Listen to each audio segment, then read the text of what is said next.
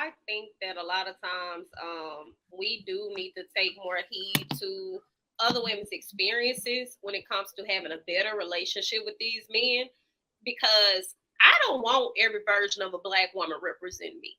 I don't want Suki represent me. I don't want the whole ideology of Megan Thee Stallion represent me and her having all those plethora of bodies.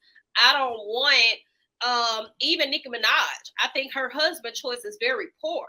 You know, I don't want certain things as a character representation of who I am as a woman. And we're feeding these things and we're constantly indulging in them, because when it's the woman living her life and having fun, it's she needs to just take her time. She's being free.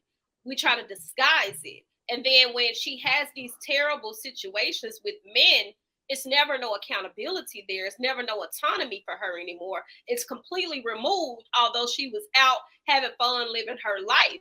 And so it can't be both ways, because I can promise you, the way that I carry myself, I don't have a huge issue with black men.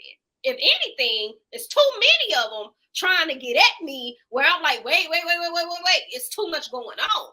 But I don't have constant issues with black men berating me. I don't have constant issues with black men talking at me or talking down to me. So my perception of black men is not warped whatsoever. As soon as I came on here, I complimented them. So that's how I expect to be treated. That's how I anticipate it. When I'm out with them, I'm carrying myself a certain type of way, and I'm honoring them regardless if I know them or not, because respect carry you a long way. They don't have to ask for that. But all in all, we also have to look at the fact that it's a lot of women making poor choices, going to stand in front of conversations they shouldn't even have no say so in the first place. If you're not learning anything, you keep picking the same type of terrible men. You keep telling us about how terrible these men are, and you won't take any correction from yourself. I really don't care about the Pookie and Ray Ray, because I was never in the dynamic of talking to those type of men in the first place. Well, I'm gonna just real quick say this about Pookie and Ray Ray, and I know Tommy got something to say. Just because women who bring up Pookie and Ray Ray's does not mean they affiliate with them or they date them. You know what I mean? Like, I don't know why black people have gotten so much like unempathetic of what's going on in our community. Like, I care literally about what's going on in my black community. I don't have to date them. I don't affiliate caring with, oh, I'm going to date them and have sex with them. And that is a problem. We always want to say, well, I don't care with them because I don't date them, and I don't care about her because I ain't going to have sex with her. No, we have to care about our community, and we got to take it beyond dating and sex. I care about them because guess what?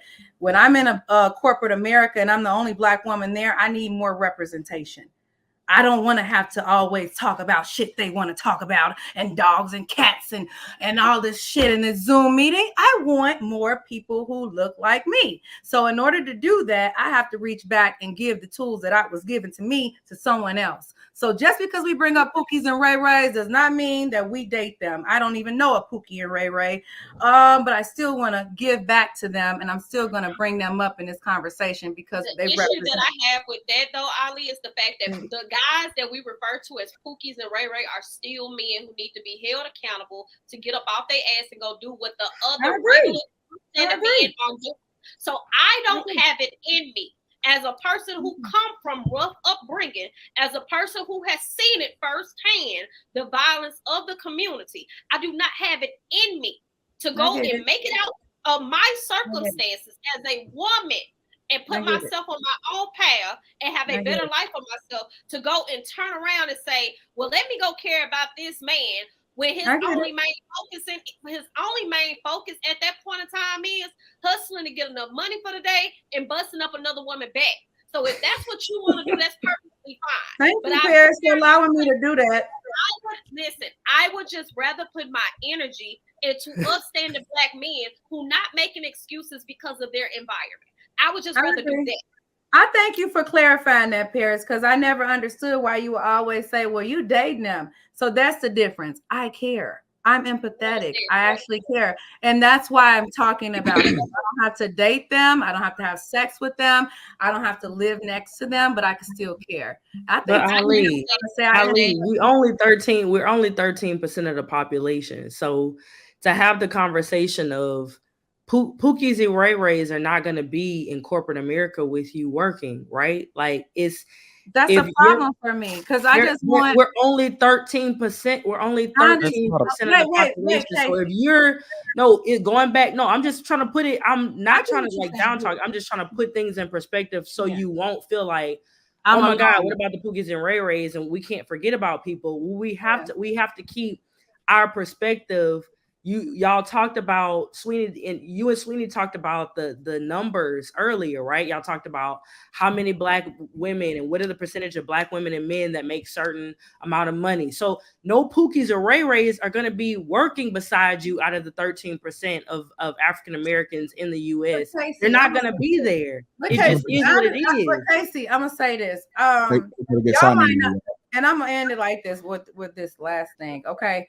I understand y'all think that they ain't gonna be there, and y'all don't want to save them. That's fine. I never ever discredited y'all for that. But I would have asked if I'm on this panel and y'all hear me talking about Pookies and Ray Rays. That's because I love the Black man and I want to see him excel. When we have Mansa Musa worth what 500, 800 billion, some shit like that. Referring to them as Pookies and Ray Rays because I don't even use. Well, I got that from the panel, Paris. That was before I came here. I use that term. All right, whatever. You cut me off. I'm done anyway. Tommy, before you go, I just got this one thing for Ali. Why would you want to focus on the Pookies and Ray Rays when we have John, Robert, Tom, Jason? Because we don't have enough. And why can't? Wait. Jasons. We don't have enough. 66% is a lot. That's not how it works. What about income? You're not equating in there income. Most Black men are 33% in jail. We're not even talking about income and nothing else. Education. We're talking about jail. 33% in jail. And you talking about what about the 66? What about the 66%? They not. When we gonna get into majority of Black men. Majority of Black. Hold on, wait, Ali. Majority of Black men are working class and go to work and come home. Majority, that is true. Why you keep trying to argue that? You just said 33% are in jail. But over 55% are working. That's not that doesn't negate the 33%. Majority of Black men, 33% is not a majority. All right. It's not a majority. That's a minority. And that's in jail. We're not. Why can't you? No. Wait. That's not in jail. 1 in 3 Black men will have a criminal record. That's 33%. We're not even Black men in this country are not. Most Black men in this country are not. Hard. Most Black men in this country are not in jail because it's 20 million of us. And there's only 800,000. I said you said 1 out of 3 have been to jail. I was just going on. I said will have a criminal record. That does not mean been to jail. You can literally have a criminal record by getting a misdemeanor and going to be on probation. You don't have to go to jail to actually have a criminal record, Ali. You don't. So we gotta get Tommy in there. We gotta get Tommy in there, y'all. Yeah, go ahead, Tommy. Go ahead, Tommy. Your motor mouth, sweetie ass. You don't have to personally attack me, man. Like, it was a joke, baby. You crack jokes. I was just playing. I don't crack jokes. At least not on people personally. Go ahead, Tommy. You talked about how you wanted to help Black men. How you want to not be the only person working at a job with other people, white people, when the majority of the country is white. One of the ways you could help is starting a business and hiring those Black people instead of hoping that the Black people will get to the white people's level that the white people want to bring them in. That's why white people typically have this thing called nepotism. They will hire their own family members, not wait on other people to hire their own family members. That would be something that Black people could do to help Black people. When y'all are talking about the negativity of people or the people being incarcerated, if incarceration rates mattered, then wouldn't we do this thing called, to the young lady who said she wanted to help the people who were incarcerated, the Pookies and Ray Rays? Well, where do they come from? Well, the Pookies and Ray Rays come from single parent households. So one of the things you would preach was let's not have as many single parents. We wouldn't go after the Pookie and Ray Ray. because I had a plumbing issue at my house. That's why they having to do all this painting. And what they did was they stopped it at the source. They didn't go around with a towel trying to block the water because it would have just kept going. And every time we talk about Pookies and Ray Rays, what happened? It just keeps going because they're putting out more of them than you can speak about. And the funny part about us talking about Pookies and Ray Rays is we say Pookies and Ray Rays are bad people, but then when we're talking about them, guess who we act like? Pookies and Ray Rays as we're talking about Pookies and Ray Rays.